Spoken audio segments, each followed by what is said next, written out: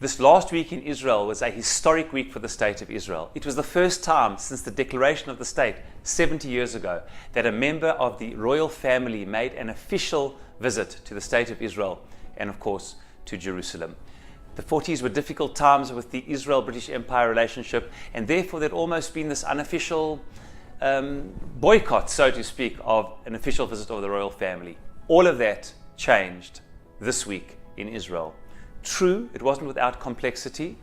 The visit of the Duke of Cambridge to the Kotel was in official documentation called a visit to the occupied Palestinian territory, and also he refused to meet with Nir Barkat, the mayor of Jerusalem, in Jerusalem.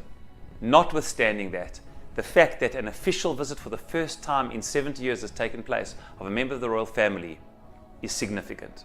Explaining the significance to my mind fits perfectly into Parashat Balak, because one of the most unusual things in this parasha is why is it that the blessings, indeed probably according to the Midrash, the most impactful blessings of all of Jewish history came from the mouth not only of a non-Jew, but in Bilam's case, from somebody who was actually called in to curse the Jewish people, an outsider, but one of the most distant outsiders who was there to curse. How is it that Dafka, the blessings of Moshe and Yaakov, says the Midrash, which were amazing to the Jewish people, were superseded and surpassed by the blessings of Bilam?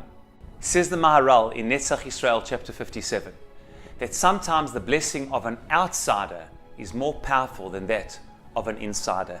At the end of the day, self-praise is no recommendation. If we praise ourselves and say how amazing we are, and people who are from the Jewish people, or for that matter from any people, extols their virtues, they're an insider. There's something imperfect about extolling your own virtues.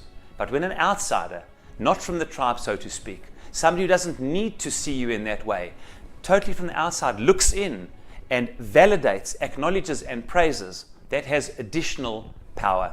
Kal vachomer, how much more so when it comes from Bilam, who was set to curse the Jewish people, not only an outsider, but an enemy of Israel, prepared to curse them. When he blessed them, those words are true, they are valid, they are authentic, because there was no need to express them other than the fact that they are capturing the blessing and the epitome of what the Jewish people, Bnei Israel, stand for.